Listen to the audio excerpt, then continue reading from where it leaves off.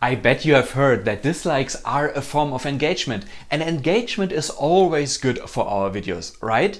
Unfortunately, this information is outdated, but luckily this year at VidCon I had the chance to sit in the same room as Todd. That's the head of the search and discovery team, you know, the people who are creating the algorithm, and the questions he answered gave us new information about dislikes.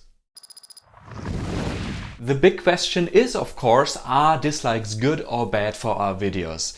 And if we talk about that, then it's the question about whether the algorithm does more or less promotion for our videos when they get a lot of dislikes. And the way how the algorithm makes more promotion for our videos or less is by the way of showing our videos to viewers, giving impressions. When we talk about dislikes today, then I'm focusing on the dislikes, how they impact the impressions that the recommendation engine does. Have a look at the studio. You have the impressions shown here, the orange bar. These impressions I'm talking about. So the big question is, how do dislikes influence getting more or less of those impressions? And practically speaking, that means that your video gets shown to the viewer on the homepage, for example, or in the suggested video section. The goal of YouTube's recommendation engine is to show those videos to a viewer that the viewer is likely to enjoy watching, and of course not showing videos to the viewer that the viewer will not enjoy.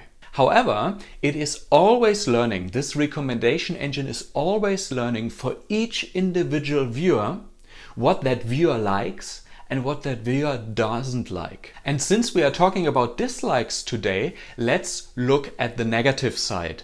How can a viewer signal the algorithm that the viewer doesn't enjoy the video? That the recommendation engine should show less of those videos to the viewer?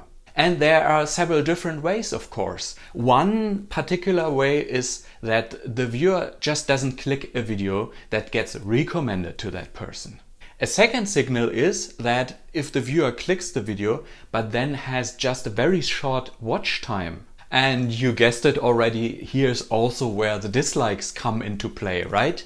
If a user dislikes a video, well then it's obviously a video that the viewer didn't enjoy. And of course, there are also other ways how the viewer can explicitly tell the algorithm that he or she is not interested. For example, if you click the menu on a video, then you can tell YouTube not interested. So all in all, we can say that all these signals give the algorithm the incentive to recommend less of those videos to the same viewer. Less of the same video topic, less of the videos from a given channel, and so on. And that was really interesting when I was at VidCon and Todd answered a few questions.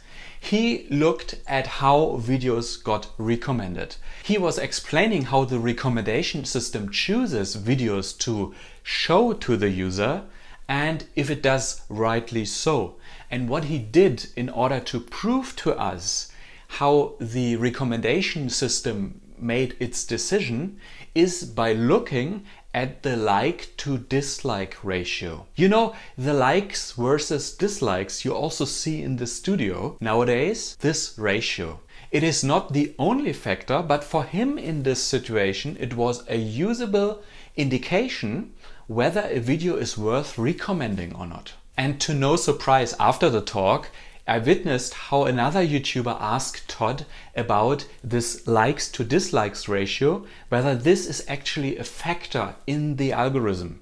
And he explicitly confirmed that. This is a data point that feeds into the algorithm. However, he also said it's only a small factor. So really don't overstate that. But it shows us how dislikes go into the algorithm. Alright, what do we learn from this? Well, if a viewer starts to dislike your videos, multiple videos in a row, let's say, then for sure the recommendation system will recommend less and less videos. of your channel. But don't worry about that this might affect the success of your video in general. The recommendation system works in a way that it learns the interest of each and every viewer individually. Each and every viewer gets different recommendations, and thus if some viewer doesn't like your videos, well, then the recommendation for that viewers get adopted.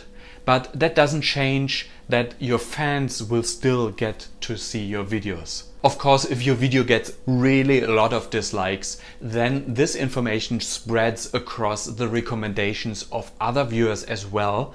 But this is just in the extreme cases. Usually you don't have to worry about it. The dislikes only affect the people who do the dislikes. And frankly, this is a good thing. If a person doesn't like your videos, well, then it's maybe the best that this person moves on to watch videos of other channels, right? And really, I don't want you to worry about dislikes at all. There is actually a scientific paper released about the recommendation system of YouTube, and in there it says, although explicit feedback mechanisms exist on YouTube, dislikes and likes, in product surveys, which would be the not interested feature, we use the implicit feedback of watchers to train the model, where a user completing a video is a positive example. What they mean by that is that watch time, something implicit in a sense that the viewer doesn't actively do this, like clicking the thumbs up or thumbs down button. The watch time really gives YouTube much better information whether a person enjoys a video or not. So they explicitly tell us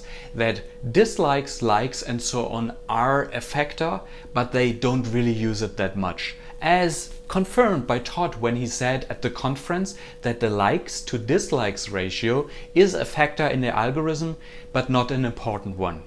So the big question is, what are the important factors? What can you do to make sure that your video gets recommended? Well, this comes down to the most important factors. Do a great video where people see value in it. Have great thumbnails that will improve your click-through rate, and create the video in a way that it produces high watch time. All three together will make your video successful in the recommendations. The age-old advice stays true here. Don't worry about dislikes. Alright, that said, the most important factor of all of them, if you want to prioritize one of them, then that's certainly watch time. So check out this playlist where I share all the tips I have about increasing your watch time. I hope you liked the new information. Cheers, my friends!